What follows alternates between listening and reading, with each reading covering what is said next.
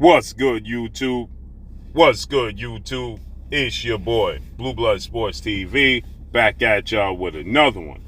So, we have shocking claims and news as MATCHROOM CEO and promoter HEARN, who promotes undefeated welterweight British superstar title contender in Conor Benn. Okay, HEARN, he promotes Conor Benn. Conor Benn is signed to MATCHROOM. We know Conor Benn recently, was suspended due to investigation, due to performance enhancers, failing 2 tests, allegedly. Well, he failed 2 tests, okay? Whether he's clean or not is yet to be determined. But Conor Benn, 21 wins, no loss, no draw, 14 wins by way of knockout, 26 years of age, 5'8", with a 71-inch arm reach, was suspended ahead of his highly anticipated rivalry showdown, family rivalry showdown with Chris Eubanks Jr., who's the son of a legend, and Chris Eubanks Sr. And we know Conor Benn, he's the son of a legend, a British legend, in Nigel Benn. Now, Nigel Benn, Chris Eubanks Sr., they have a rivalry, okay? And the Sons was set, to renew that rivalry, okay?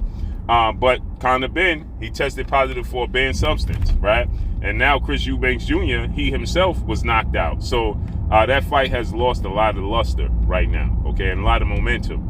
But now, HEARN is saying that they have entered negotiations, minor, not major, but on the way to being major, negotiations with legendary 8-division world champion, iconic Filipino superstar boxer, Manny Pacquiao, who's 62 wins, 8 losses, 2 draws, 39 big wins by way of knockout. 3 times in his career he's knocked out. 44 years of age, 5'5.5" with a 67-inch arm reach. Manny Pacquiao has some legal issues that he's trying to do away with. Okay, and Manny Pacquiao is getting ready to have another exhibition bout on Rising. Okay, this is a platform to which Floyd Mayweather, he fought Tenchi on his Rising exhibition style, and now Manny Pacquiao is getting ready to have an exhibition style. But HEARN is saying that Manny Pacquiao is set to return to the ring in a real fight against Conor Benn, right? Now they have to work out the particulars because Manny Pacquiao is facing some legal trouble that's not going to go away anytime soon, and is threatening to possibly, take any of his earned income and earned revenue due to him being sued, okay, for not honoring a contract, I believe. So Manny Pacquiao has to settle that, okay? That's hanging over his head. Now, it's not shocking, right? It's not surprising because this news comes just on the heels of Conor Benn being reinstated next week by the WBC, World Boxing Council, President Mauricio Suleiman, and board of 32 members. And they cited that Conor Benn, after a 3-month investigation, they have come to the conclusion that Conor Benn test for a banned substance and 2 failed tests was due to overconsumption of eggs that were contaminated. So the WBC is stating that it was contaminated eggs, okay? A heavy dose of contaminated eggs is the reason for Conor Benn's 2 failed tests, okay? And so they're planning to reinstate him next week.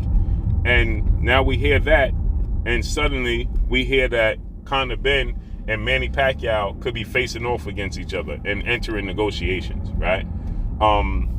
This is a way for Manny Pacquiao to be able to earn money, okay, and satisfy his, obligations that he have, with this, situation, this legal situation that he has brewing. And this is a major fight for Conor Benn, right? People will forget in due time about the failed test, okay, with Conor Benn. It'll be overlooked in due time. Now, the sport of boxing is dangerous in itself. I'm not saying that Conor Benn shouldn't be allowed to earn revenue and feed his family, but the sport of boxing is very, very dangerous, right? When everything is on the up and up.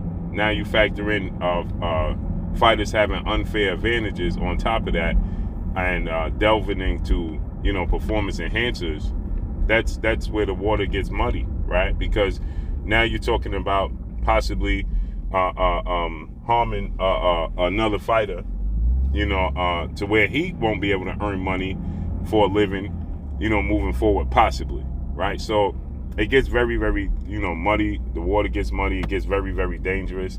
And when you look at it from that standpoint, there's no place for that in the sport of boxing. There's just simply no place for that in the sport of boxing. So when you have, Conor Benn testing positive for a banned substance, that has to be, there has to be consequences for that. We just can't sweep it under the rug and say, well, it was just contaminated, overconsumption of contaminated eggs. That was the reason, right? It needs to be, a very thorough investigation as to what took place in this entire situation, because you're not hitting a baseball, you're not kicking a football, you're not hitting a hockey puck, okay? You're hitting a human being. This is a combat sport, and it's just simply no place for that in the sport of boxing. I understand that Conor Benn, he has to make a living, he has to feed his family, and there's truly, truly no way to understand what took place with these failed tests, because if he wasn't there, and you're not Conor Benn himself, there's truly, truly no way to gauge what actually took place, what actually transpired. But in this situation, when you have 2 failed tests and Conor Benn is looking to make a massive fight in a weight class, he was going up 10 pounds, okay? Chris Eubanks Jr. fought at 168, campaigns at 160. Conor Benn, he campaigns at 147. So Conor Benn, this fight was going to be at a catch weight of 157. Okay, so Conor Benn was moving up 10 pounds north of his normal weight to take on a guy who's naturally much bigger than he is, okay, to have a rivalry fight. Conor Benn, he's never fought for a world title. Obviously, you never won a world title at the welterweight limit. And now Conor Benn is going to jump up 10 pounds and challenge Chris Eubanks Jr. Jump over a whole division, because the next division up north of the 147-pound division is the junior middleweight division, which is 154 pounds. And this fight was scheduled to take place at 157. So it was going to be 3 pounds north of the junior middleweight division. So when you look at it from that standpoint, you got to ask yourself the question, was Conor Benn looking to, gain an unfair advantage, okay, to gain muscle mass? And you look at his physique. Now, obviously, if you have a strict regimen, a strict diet, and a training regimen, you can definitely gain muscle mass. But, when you look at it from that standpoint, it's pretty telling, allegedly, right? And then you look at Manny Pacquiao. He was under the same eagle's eye, so to speak, right? Because now when you look at Manny Pacquiao, his fight with Floyd Mayweather, it was postponed for 5 whole years, because Manny Pacquiao refused to take Olympic-style testing, okay? When Floyd Mayweather said he wanted everybody to be on an even playing field, you had to get tested. Manny Pacquiao, he refused to get tested, and that's why the fight hung in the balance for 5 years. 5 years we didn't see Floyd Mayweather versus Manny Pacquiao because he refused, and then he finally came around and he decided he was going to do it, and then we got the fight 5 years later, and everybody still placed the blame on Floyd Mayweather's doorstep.